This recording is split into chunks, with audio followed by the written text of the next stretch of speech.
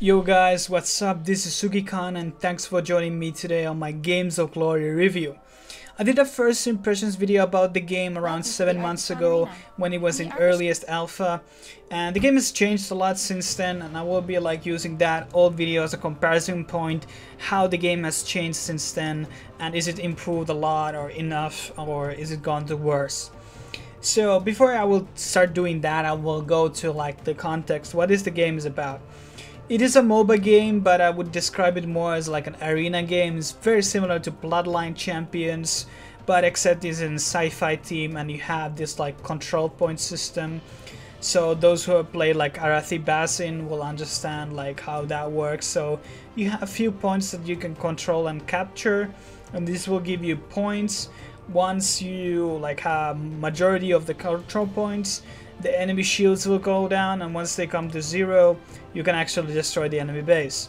And that's how it works. So the main game will swap around in different type of map. Of course, you have a different game map called the Superstar, where you protect the VIP, and the normal mode is just the Conquest, where you capture the points. But I will be mainly focusing on the Conquest side of things in this specific review. And let's talk about the characters. You have 12 different characters in the game.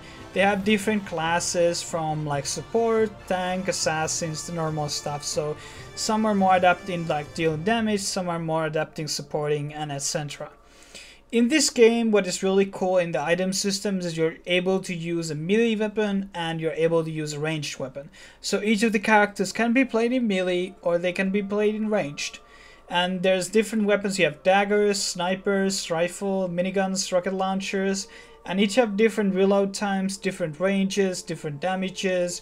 So there's different types of variety, and you can test these all out for your character and finally find out what is best choice for your character and for its playstyle. Maybe some assassins are a bit better with melee weapons, or maybe ranged weapons, who knows. And that is kind of interesting part of the customization in this game. Other part of the customization is of course the cosmetics in this game. They have very similar system like in Dota 2, so you're able to change plate parts, you're able to choose hats, armor pieces, leg pieces, and you're able to buy these with real money.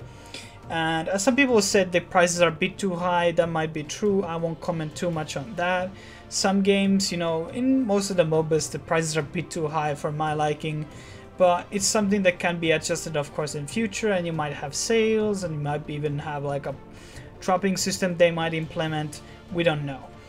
But as for what comes to the graphics, the game's graphics are really good. The sounds are pretty nice. There's a very high-end soundtrack. It's not your Zelda, it's not your Final Fantasy soundtrack, but it's a really good for an online game. While some online games are pretty bad soundtrack. Some people like to play, of course, music while they play, but for me it's really important to create the atmosphere if I'm not listening music. As for what comes to the actual customization of the graphics, you're able to choose high, low, medium, and there's not a lot of customization on that part. Hopefully they add more options like anti-aliasing and shadow removal and stuff like that.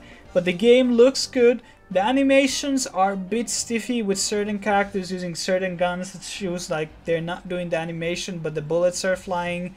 That's something they have to improve, and that's something I talked about in my first impressions video 7 months ago, that the smoothness of the game, of the characters, was a bit stiff. I feel that the smoothness has improved, but it's not quite to my actual liking, what I would like it to be in a real level. I think it still needs to be more fluid animations and attack frames, and something that they can probably improve. As what comes to the user interface and shop interface, they were really bad back then. They have improved them a lot. They have made the health bars much more easier to look. The whole arena is a bit different looking. You have these cool poles which have these sliding advertisements of games of glory, and you can have esports teams there. This will be an add-on because this game is very esports focused, and if the game really takes off, you can see really cool elements of esports elements in the map, which I'm really looking forward to.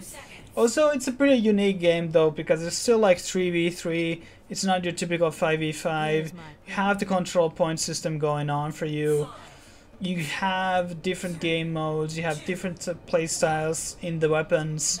You have, of course, like attributes in the game, so you're able to, like, before the game you jump in, you can like pull more extra health or pull extra more armor or more damage. And you can do these, like, there's pretty much same as runes in League of Legends. You can do these loadouts before you jump into the game, and that's pretty cool. What they really need to improve on though, here's the room of improvements, what the game really needs to take off really good. I still feel the game is still in very early access phase, and it still needs some like polishing before it like can fully release, in my opinion. So what they really need to do is they need to add more clones, which are the characters, of course. There's only 12 right now. They need to add more of them. They need to improve the like animation frames a bit on certain characters and remove bugs on them. Overall smoothness of the combat could be better. I feel the bullets are kind of realistic, but the melee stuff is still pretty, I don't know, I don't really like it that much. The really cool parts, what they added on the, what didn't exist on the previously, was the WASD controls. You have two different options in this game. You can play with WASD, or you can actually with click mouse move, which is actually very interesting. So you have different two types of like play styles. I feel double WASD is of course like superior because it gives you more control over your character, but some people might be really good with their mouse, so they can maybe maximize that potential. And the game has also like really good interesting features in the like outside the game, which of course this is one of the UI phases that has been improved. The old client looked like shit. Still some of the elements of the old client exist on the new one, but they have improved it.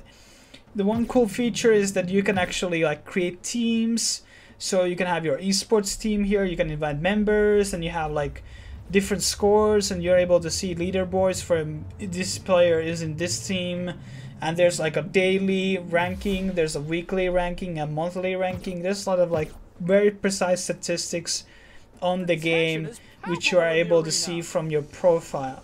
So they have these really cool like competitive PvP elements implemented on the game, and there has been some esports stuff. I think there's like an ESL tournament just going on, and these elements are really cool. The only thing is that will it took off or will it take off? Like, I mean, it may succeed or it may not succeed. They really have to like polish the game more to the point where it's like a very, very good opportunity for these type of people to play who liked Bloodline Champions and like similar games. I think it has the potential. During these 7 months they have shown that they are able to improve the interfaces, they are able to improve the map, they're able to improve like the menus, and I believe the system that they can really pull it off, but they really need to work hard if they want to make the game really good. But just giving my overall verdicts of the game, I really like the diversity of the different guns and weapons that you can use on different characters. The combat really needs some tweaking. The graphics are still really good. The musics are great. The overall smoothness of the movement is pretty nice. The different game modes are pretty nice as well. And I think it's a really good opportunity and alternative for people who are kind of tired of the traditional MOBA games to play something more arena based, and this might be it. But it's also the thing that is a sci-fi theme, and that may not interest everybody, but I think it's really cool sci-fi theme and has lore behind it. It's a great IP in my opinion. The character designs are really good. From the design aspect, some of the character kits are bit like normal, not super unique, but it's an arena game, so you can't expect something super complex though. But thanks for watching this video. Hopefully you found something like to take from this review itself. You can download the game from Steam, it's now free to play, and see you guys later on the next video or a review about maybe Out of Games Glory or another game. Hopefully you consider giving the video a thumbs up, commenting below if you have any questions, and even if you really like the video, you can subscribe. Once again, thank you for watching.